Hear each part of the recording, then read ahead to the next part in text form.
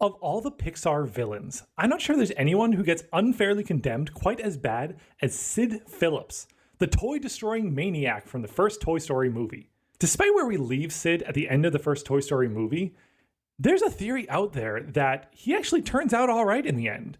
Well, more than alright. He may actually turn out to become a hero. But first, who is Sid Phillips?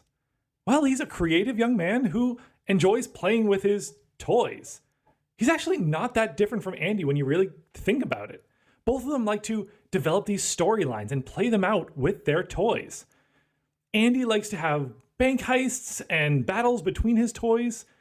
Well, Sid likes to do similar things. He likes to act out storylines. He'll pretend to be a doctor or that he's interrogating some rebel spy.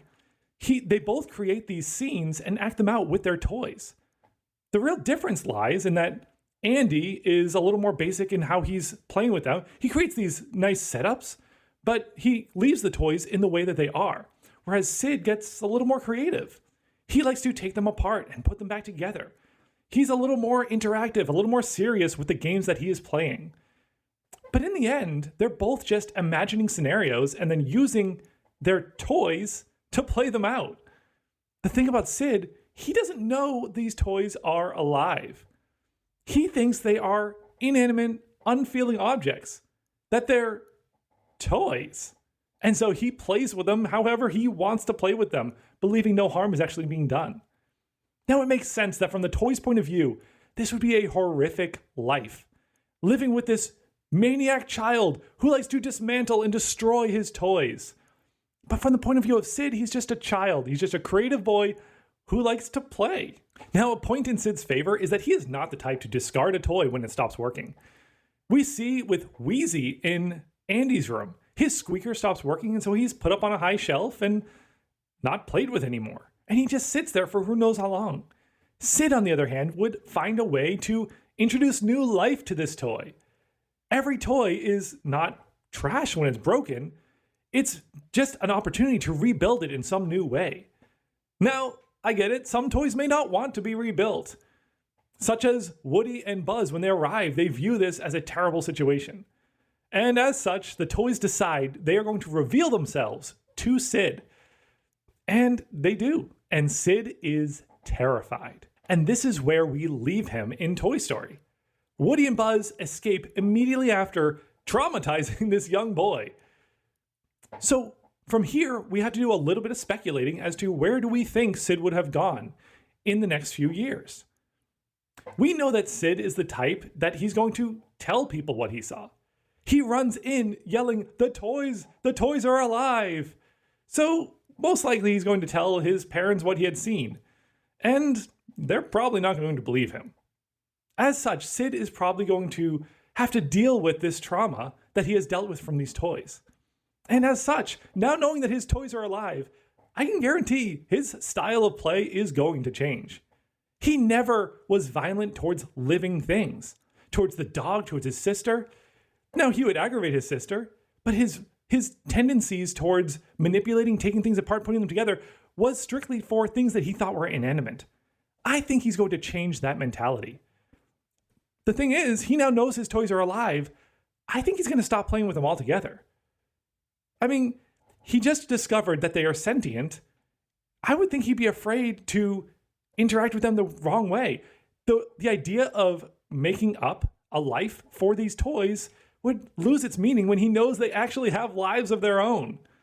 So I think Sid is going to deal with this for years without touching his toys anymore. And eventually, after so much time of seeing Sid not using his toys, his mom is going to decide if he's not going to use them, it's time to get rid of them. These toys are damaged, they've been ripped apart, put back together. These aren't the type of toys you donate or give away. So I think she's going to gather them up and throw them in the garbage. When Sid discovers what his mom had done, he is going to be faced with a crossroads. He knows these toys are thinking, feeling creatures, that they have sentience, that they have lives. And his mother just threw them away. And they are destined now for the landfill, or worse. And he is going to realize these toys, were his companions through his childhood, and he can't just let them go. So he is going to overcome his fear, and he's going to rush to the city dump, and he's going to dig through that garbage until he finds every single one of his toy friends. The thing is, once he finds them, that's not the end of the story.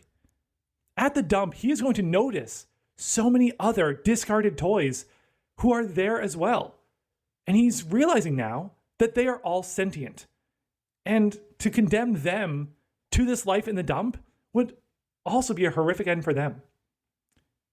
And Sid, a man of action, who has role-played being this doctor or a hero in some way so many times with his toys, now has the chance to take it up for real.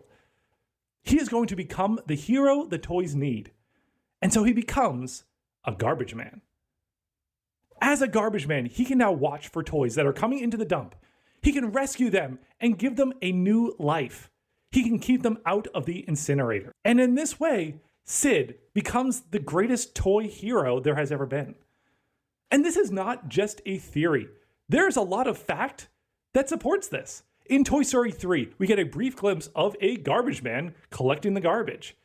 The thing is, this garbage man is not just any generic side character. It's actually Sid. He comes in wearing the iconic Sid skull shirt, which I like to think of it as his superhero outfit now. He comes in humming to himself like Sid was known to do in the first movie when he's skateboarding around town. He gathers up the trash, throws it in the truck, and goes to leave. Continues about his job. The thing is, the voice actor who came in for the role of the garbage man was the same voice actor of Sid from the first movie.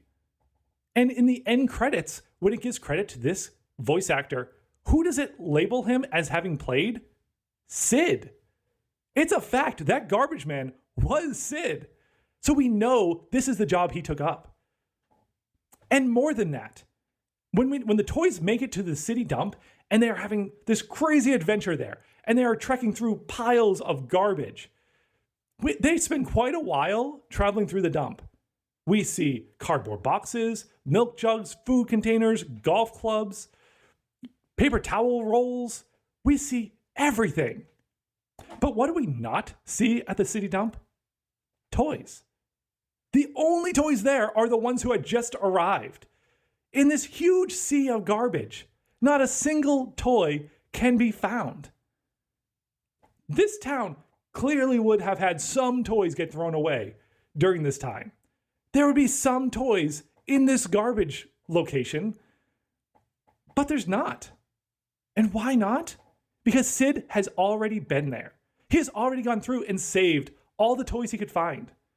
So that when this group of toys arrives in Toy Story 3, there's no one else there. Because Sid has already saved them all. This young man, Sid Phillips, had so much potential. We saw him in the first movie doing some very impressive things with his toys. With things that he believed to be inanimate, thoughtless objects that were nothing more than, well, toys.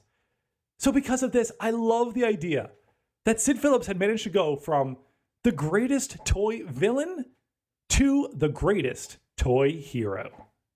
Thanks for watching.